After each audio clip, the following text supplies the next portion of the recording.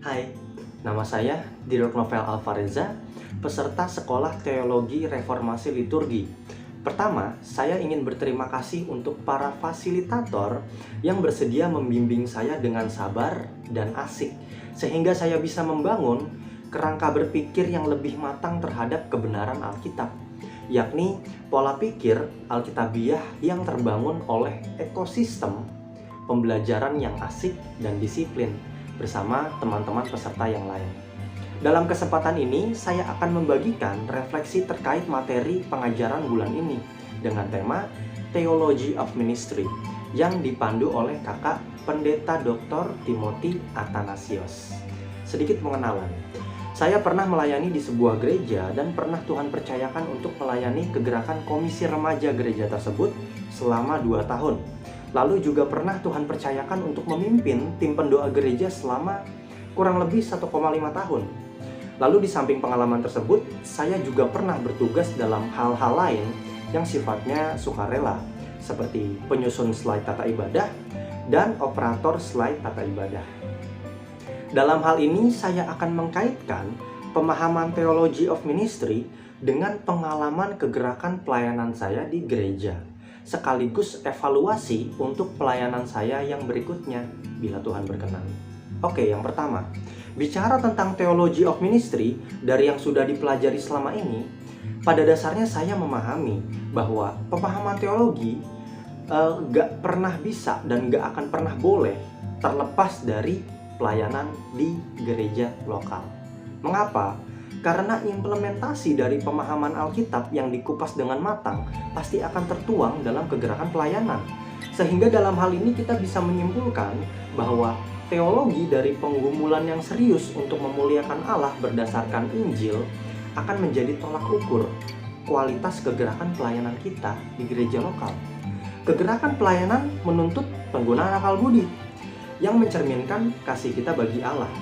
Di Matius pasal 22 ayat 37, kita bisa menemukan bahwa salah satu isi dari hukum kasih adalah mengasihi Allah dengan segenap akal budi. Sehingga pelayanan bagi jemaat tidak boleh lepas dari penggunaan segenap akal budi untuk mengerti kebenaran Alkitab yang adalah otoritas kebenaran mutlak dari Allah. Jadi jelas bahwa kehidupan pelayanan dalam bergereja tidak akan lepas dari rasio atau penggunaan akal sehat untuk memuliakan Allah berdasarkan Alkitab yang adalah panduan moral tertinggi. Back to basic. Oke, yang kedua, konsep pelayanan. Dalam jejak historis pelayanan saya dan tim pelayanan saya dalam melayani jemaat, khususnya jemaat remaja, saya melihat secara khusus bahwa sekitar 80% remaja di gereja tempat saya melayani haus akan perhatian personal. Sehingga saya dan teman-teman pelayanan berusaha untuk memfokuskan gerakan pelayanan remaja ini pada hubungan personal. Jadi saya setuju dengan apa yang disampaikan oleh Kak Timothy dalam hal ini, bahwa konsep pelayanan yang benar adalah pelayanan yang inkarnasional, yaitu pelayanan yang mendaging, pelayanan yang beradaptasi dengan kebutuhan jemaat, bukan pelayanan yang atraksional, yakni pelayanan yang hanya fokus menarik, memberi atraksi, tapi tidak mendarah daging bagi jemaat. Nah, bila kita berkaca pada kehidupan Tuhan Yesus, kita bisa melihat bagaimana Tuhan Yesus memberi pelayanan yang mendaging. Apa itu? Tuhan Yesus berinteraksi secara langsung dengan identitas dari orang-orang yang tidak mengenal kebenaran, dengan masuk ke dalam pergumulan mereka di kehidupan sehari-hari. Dan Tuhan juga masuk ke lokalitas target, yakni datang ke tempat di mana mereka nongkrong. Tuhan Yesus membangun kontak dengan dunia dan beradaptasi dengan orang-orang tersebut. Sehingga dalam hal ini pelayanan juga menuntut kita, setiap pelayan Tuhan, untuk terjun bebas ke wilayah pergumulan dan wilayah pola pikir jemaat. Dalam hal ini saya pribadi berkaca pada 1 Korintus pasal 9 ayat 22.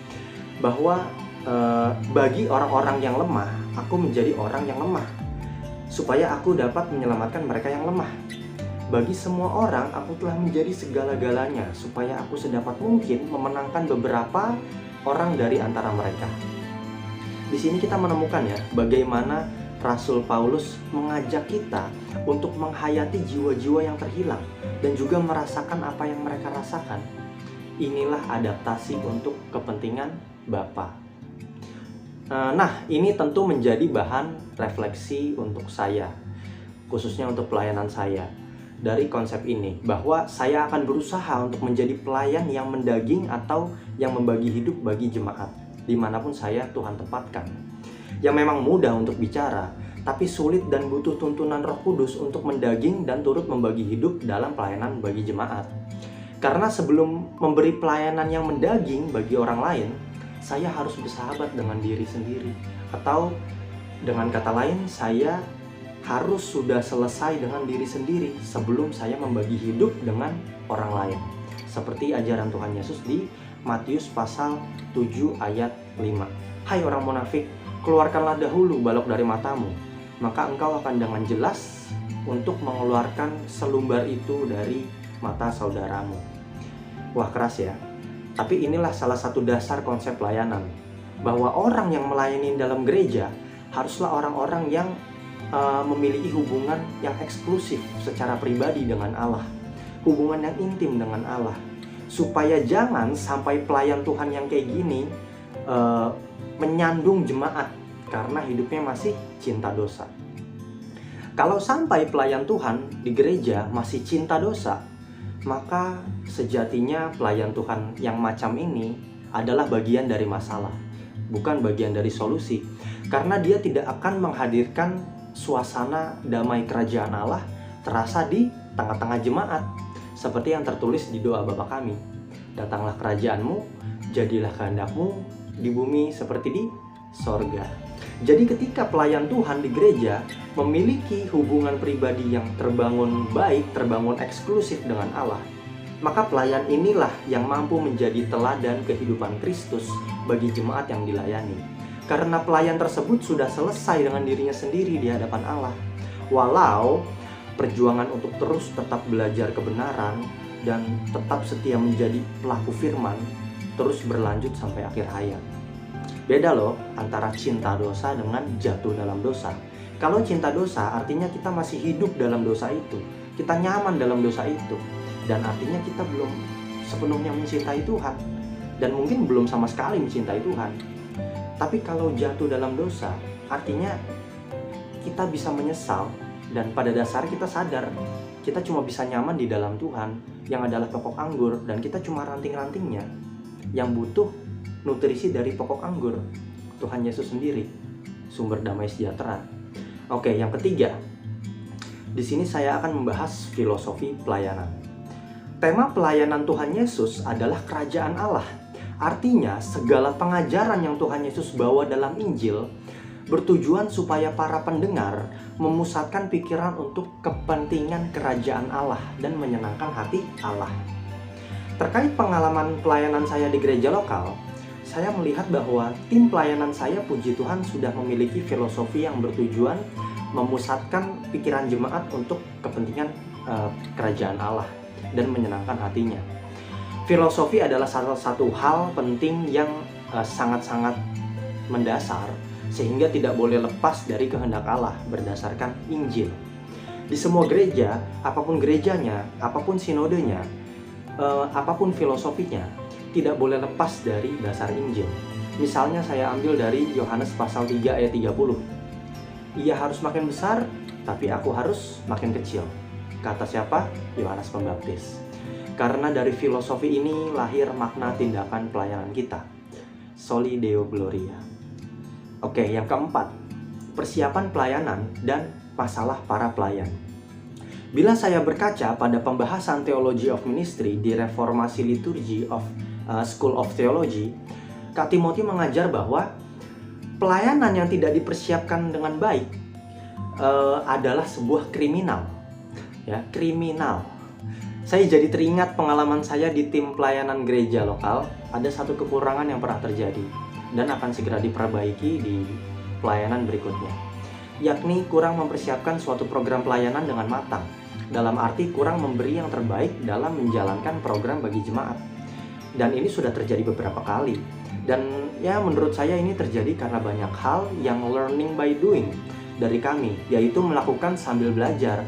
Dan banyak di antara kami yang masih kurang handal menggunakan sarana atau alat yang harus digunakan, terutama di tengah pandemi yang membawa kami pada konsep pelayanan online. Lalu ada juga salah satu kekurangan terbesar tim pelayanan kami dalam bergerak bagi Tuhan di gereja lokal, yaitu masalah pribadi. Dan biasanya masalah pribadi ini memancing runtuhnya semangat pelayan yang sedang melayani. Saya pribadi menyikapi runtuhnya semangat pelayan sebagai hal yang sangat serius. Bahkan saya sendiri pernah putus asa. Tapi saya berusaha bangkit dan berusaha menyemangati teman-teman tim pelayanan. Kalau dalam pengalaman waktu itu ya, saya menganalisa bahwa salah satu faktor keputusasaan terbesar terjadi karena intimidasi yang jahat yang berusaha melemahkan semangat kami karena kejatuhan kami dalam dosa di hari-hari hidup kami yang membuat kami merasa nggak layak untuk melayani jemaat. Memang pada dasarnya kita tidak layak, dan saya suka ketika salah satu pengajar di Reformasi Liturgi School of Theology, yaitu Kak Vinky Rianto Kantohe, beliau memiliki istilah bahwa kita hanyalah anjing yang dikasihani tuannya. Mengapa? Karena kita semua manusia yang telah berdosa, gitu, cenderung menyakiti hati Allah. Makanya Tuhan Yesus menebus kita dari murka Allah supaya kita dibenarkan untuk melayaninya dan memiliki hubungan eksklusif dengannya, dan diarahkan untuk memiliki pikiran dan perasaan yang ada pada Tuhan Yesus, kembali ke rancangan semula. Jadi kita harus selalu waspada terhadap yang jahat atau iblis yang berusaha mencari celah untuk meruntuhkan kegerakan pelayanan kita. Makanya di sini sangat penting bagi pelayan untuk berjaga-jaga dalam mesbah doa maupun doa pribadi. Oh iya, pentingnya membangun disiplin doa bukan hanya dalam rangka menguatkan pelayanan gereja lokal loh, tapi juga untuk mengerti bagaimana Tuhan memanggil kita secara pribadi untuk bergerak di suatu gereja lokal. Dan apakah kita masih harus di gereja tersebut?